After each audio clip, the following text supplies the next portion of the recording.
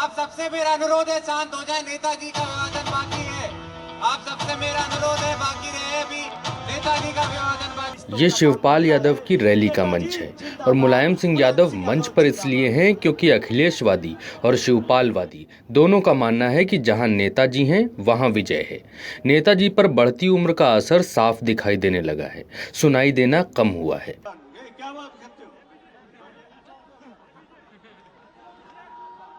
अब शिवपाल यादव की रैली के मंच पर चलिए। मुलायम सिंह यादव के गले में पड़ा हुआ गमछा देखिए, समाजवादी पार्टी का है। बाद में शिवपाल की पार्टी के गमछे से बदल दिया गया।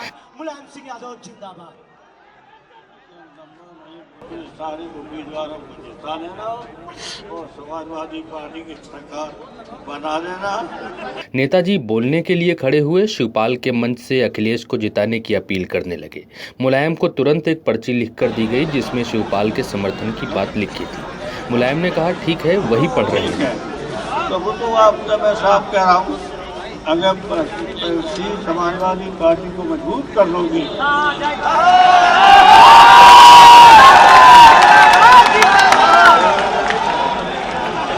ठीक है। तो मैंने आपसे बताई दिया है,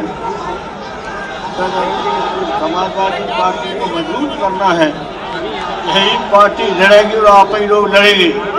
फिर शिवपाल के कार्यकर्ताओं ने वोटिंग करनी शुरू कर दी। हमारा वैसे ही टाइम हो रहा है। अगर नहीं आप सुनना चाहते हैं, यही क्या बात, सुनना क्यों नहीं चाहते थे, भागा यहाँ से। नहीं सुनना चाहते तो जाइए। और फिर से दूसरे राउंड में नेताजी ने चीन से होते हुए अखिलेश को जिताने की अपील कर दी। फिर से दूसरी बार लिखी हुई पर्ची मंगाई गई।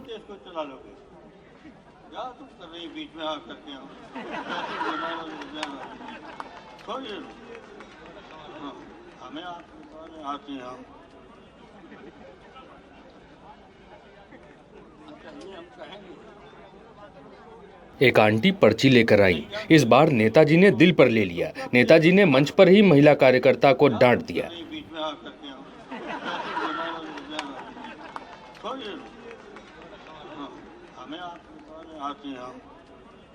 फिर से नेताजी ने शाब्दिक उड़ान भरी। फिर से चीन के बॉर्डर को टच करते हुए नौजवानों को देश का भविष्य बताया। शिवपाल यादव नेताजी के पूरे भाषण के दौरान नेताजी के पास ही खड़े रहे। फिर नेताजी का हाथ अपने सिर पर रख लिया।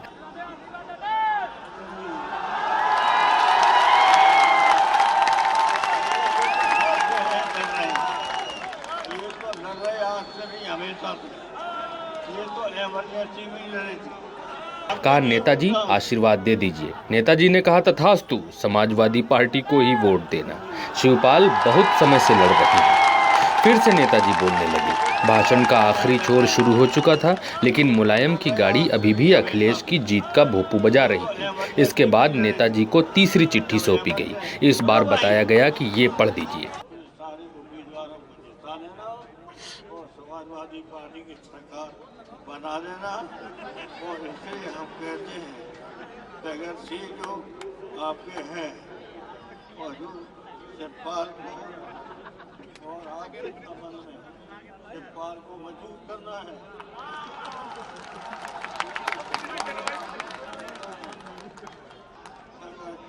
कोई नेता बनाना ही पड़ेगा।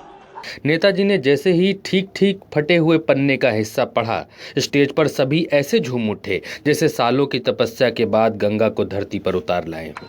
भाषण खत्म हुआ। आयोजकों ने कुछ गलती होने पर माफी मांगने की अपील के साथ मेजबान होने का फर्ज अदा किया।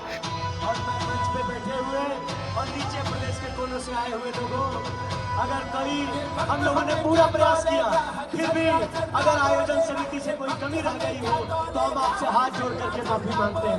मंच पर रहने वाले सभी आदरणीय, सभी सम्मानित नेताओं से और आए हुए प्रदेश के कोने कोने से हमारे आदरणीय सम्मानित लोगों से, अगर आयोजन समिति से जाने अनजाने में कोई कमी रह गई हो, कोई भूल रह गई हो तो हम हाथ जोड़ करके आपसे माफी मांगते हैं। नेताजी को भी देर हो रही थी, वो दिल्ली के लिए उठे।